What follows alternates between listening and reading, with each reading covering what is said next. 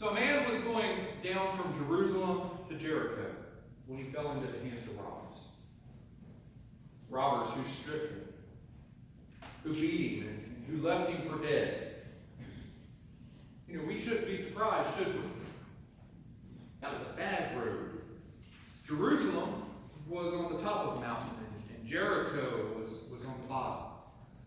There were no superhighways in those days, were there?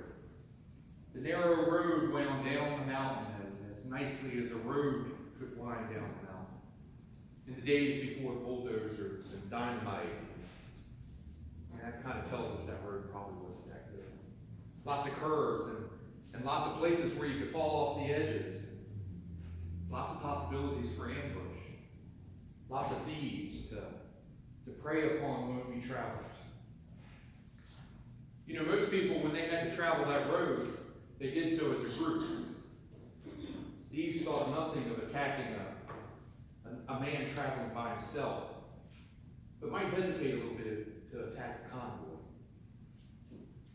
In a way, you could say that this traveler brought his troubles onto himself.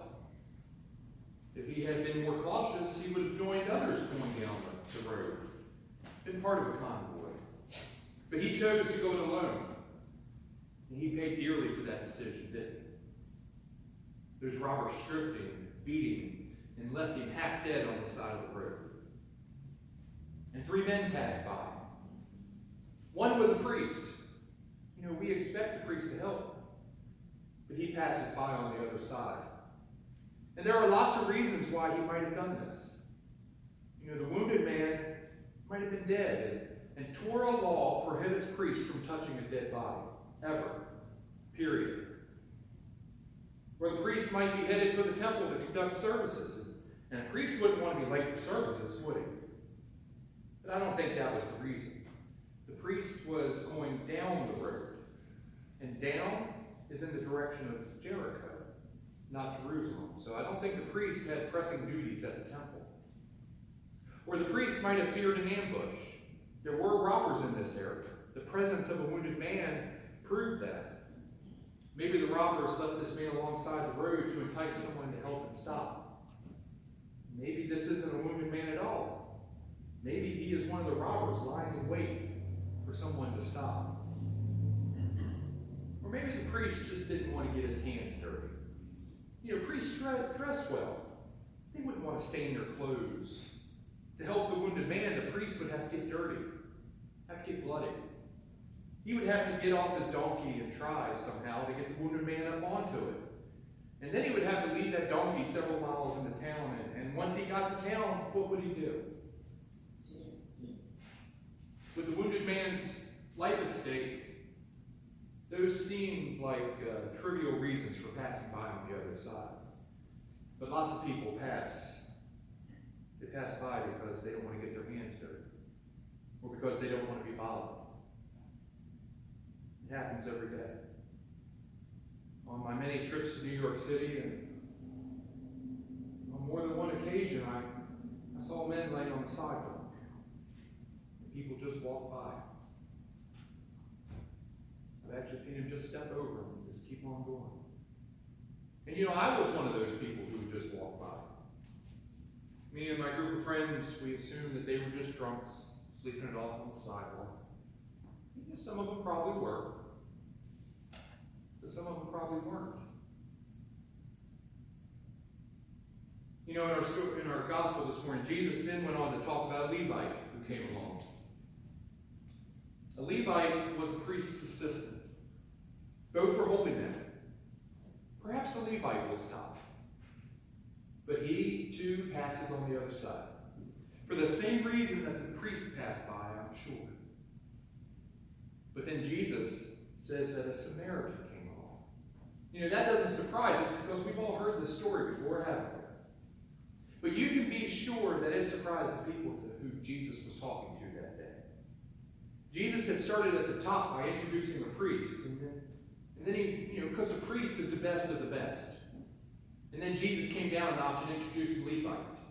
A Levite was a holy man. And Jesus' listeners, they expected him to come down one more notch and say it was an ordinary man, maybe a merchant, Just somebody, from the community who came by and helped. But Jesus, he doesn't come down a notch. He falls all the way to the bottom, and he introduces this Samaritan. Jews they had nothing to do with Samaritans. They hated them, didn't they? And it had to do with their history. And I'll spare you the history lesson. But just be assured that when Jesus introduced this Samaritan, when he introduced him into the story, the people were surprised.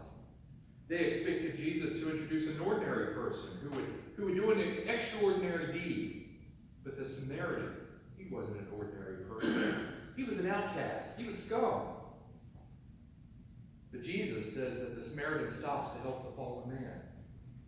He risks being attacked. He gets off his animal and he helps the man into his own saddle. And by the time he does that, his hands were dirty. His clothes were bloodstained. And then he walks in front, leading the animal, carrying the wounded man. Keep in mind that important people don't walk, do they? Servants walk. Ordinary people walk. But this Samaritan has been riding. But to help the wounded man, he has to walk. He has to take the role of a servant. He has to lead the donkey. This would trouble some people, but it didn't seem to trouble that Samaritan. Then the Samaritan took the wounded man to town and put him up at an inn. And he gave the innkeeper money, which was quite a bit of money, 2 days' salary. And told him to take care of the man, and he promised to pay more on his return journey if the wounded man needed it. End of story? This is a tough story for us preachers to handle. Because we gotta figure out what it means to us today. Must I tell you to help people pull off along the side of the road and to pay for their car repairs? Must I tell you to pick up hitchhikers and take them wherever they need to go? Must I tell you to pick up drunks and pay for their room service? I can't tell you to do those things. If I told you to pick up a hitchhiker and you got hurt, I would never forgive myself. If I were to tell you to try and repair all the broken cars or to house all the homeless people, each one of us would be broke by nightfall tonight, wouldn't we? But on the other hand, when Jesus told this story, he ended it. He ended it by telling the lawyers to go and do likewise. Now it's clear that Jesus wants us to go and do likewise too. So what did the Samaritan do that we need to do? First, the Samaritan saw the man. He didn't avert his eyes. He didn't glance at the wounded man and then look the other way. He didn't do it like Aunt Nancy said a couple weeks ago when I told you, to just think of him as trees and not even look at them. He saw a fellow human being in need. Really saw him.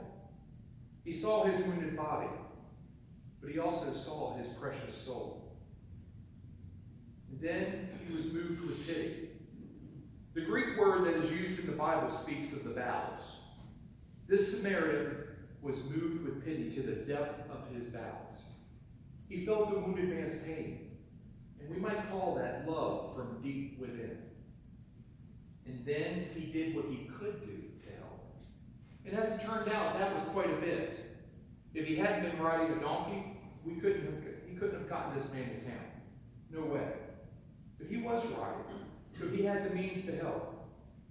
The Samaritan got off his mount, put the wounded man up on his saddle, and led him into town.